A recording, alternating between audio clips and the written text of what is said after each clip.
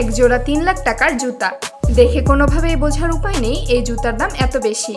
আপনি আমি এই জুতা কিনতে না পারলেও চলুন আজ আপনাদের দেখাই কিভাবে এই লাখ টাকা দামে জুতা তৈরি করা হয়, ঠিক কী কারণে এই জুতার দাম এত বেশি, এই জুতায় কী এমন আছে যা আপনার আমার জুতায় নেই, আর এই জুতার ওজন কিভাবে ১৫০ গ্রামেরও কম হয়। উত্তর খুঁজতে চলুন আপনাদের ফ্যাক্টরিতে নিয়ে যাই। নাইকি জুতার যাত্রা শুরু হয় একদম শুরু থেকে, মানে ডিজাইন থেকে। আমেরিকায় তাদের হেড অফিসে বিশাল এক টিম আছে যারা শুধু ডিজাইন করে।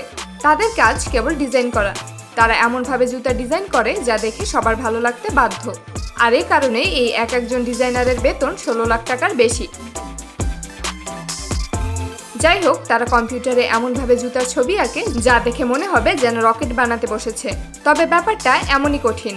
এই জুতা শুধু দেখতে সুন্দর হলেই হবে না, এই ডিজাইনারদের সাথে কাজ করে বিজ্ঞানীরাও। তারা গবেষণা করে পায়ে কতটুকু চাপ পড়ে, দৌড়ানোর সময় পায়ের কোন অংশে সবচেয়ে বেশি প্রেসার পড়ে, জুতা কতটা হালকা হলে পরতে আরাম লাগে, জুতায় কি ব্যবহার করলে কখনোই পা ঘামাবে না, এই সব কিছু নিয়েই তারা বিস্তর গবেষণা করে। নাইকি শুধু ডিজাইন না, মানুষের পায়ের আচরণ নিয়েও গবেষণা করে। জানলে অবাক হবেন, এক একটা জুতা বানানোর আগে চলে প্রায় ১৮ মাসের গবেষণা। হ্যাঁ, ১৩ বছর সময় শুধু রিসার্চ আর ট্রায়ালে চলে যায়। নাইকি কোম্পানি ভবিষ্যতের জন্য এমন কিছু জুতা ডিজাইন করে রেখেছে যা দেখলে মনে হবে এটা পৃথিবীতে বানানো অসম্ভব। যেমন এই জুতা, আপনি আপনার মোবাইল ফোন দিয়ে এই জুতার ফিতা টাইট করতে পারবেন। আর এই জুতাতে এমন ডিসপ্লে বসানো হয়েছে আপনি হাঁটার সময় ফোনের সাহায্যে এর কালার এবং ডিজাইনও পাল্টাতে পারবেন। যাই হোক, এরপর আসে ম্যাটেরিয়াল বাছাই, অর্থাৎ জুতা কী দিয়ে বানানো হবে তা নিয়ে চলে গবেষণা। নাইকি জুতায় যা লাগে সেটা এমনি এমনি পাওয়া যায় না। এদের এক একটা জুতায় ব্যবহার হয় ২০টা আলাদা উপাদান, যেগুলোর মধ্যে থাকে বিশেষ ল্যাবে বানানো প্লাস্টিক, বিশেষ মাইক্রোফাইবার, স্পেশাল রাবার, এমনকি বায়োবেসড ম্যাটেরিয়ালও। তাদের কিছু জুতায় এমন ম্যাটেরিয়াল আছে যেটা মহাকাশচারীদের স্পেস শুটেও ব্যবহার করা হয়। তাই এক জোড়া জুতায় প্রায় ১৮ থেকে ২২,০০০ টাকা শুধু এর কাঁচামালের পিছনেই চলে যায়। নাইকির জুতাগুলো বানানো হয় ভিয়েতনাম, চীন, ইন্দোনেশিয়া, মালয়েশিয়া এইসব দেশগুলোর সুপার ফ্যাক্টরিতে। বড় বড় অটোমেটেড মেশিনে কাপড় কাটা হয়, তারপর সেই টুকরাগুলো দিয়ে বানানো হয় জুতার উপরের অংশ। সেলাই করার কাজটা এখন রোবট আর মানুষ একসাথে করে। একটা জুতা বানাতে প্রায় ২০ থেকে ৩০ জন কর্মী কাজ করেন। এক একটা ফ্যাক্টরিতে দিনে প্রায় ৫০,০০০ জুতা তৈরি হয়। মেশিনে কাটাকাটি, সেলাই, জোড়া লাগানো সবকিছু নিখুঁতভাবে হয়। এমনকি এখন কিছু জুতা একদম সেলাই ছাড়া বানানো হয়। হিট, প্রেশার আর আঠা দিয়ে এমনভাবে ফিট করে বানানো হয় যেন সেলাইয়ের কোনো দরকারই পড়ে না। নাইকি এর জুতার সবচেয়ে বড় ম্যাজিক হচ্ছে এই জুতার সোল। এই জুতার সোল রাবার বা প্লাস্টিক দিয়ে বানানো হয় না। এই জুতার ভেতরে থাকে এক ধরনের বেলুন।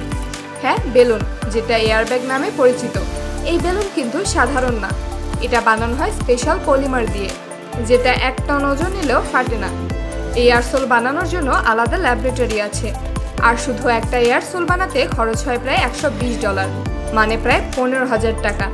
আর এই কারণেই এই জুতার ওজন ১৫০ গ্রামেরও কম, যা আপনার হাতের ঘড়ির থেকেও হালকা। কিছু কিছু লিমিটেড এডিশনের জুতা সম্পূর্ণ হাতে তৈরি করা হয়, যেখানে এক জোড়া জুতা তৈরি করতে প্রায় ১ থেকে ১.৫ মাসের মতো সময় লাগে।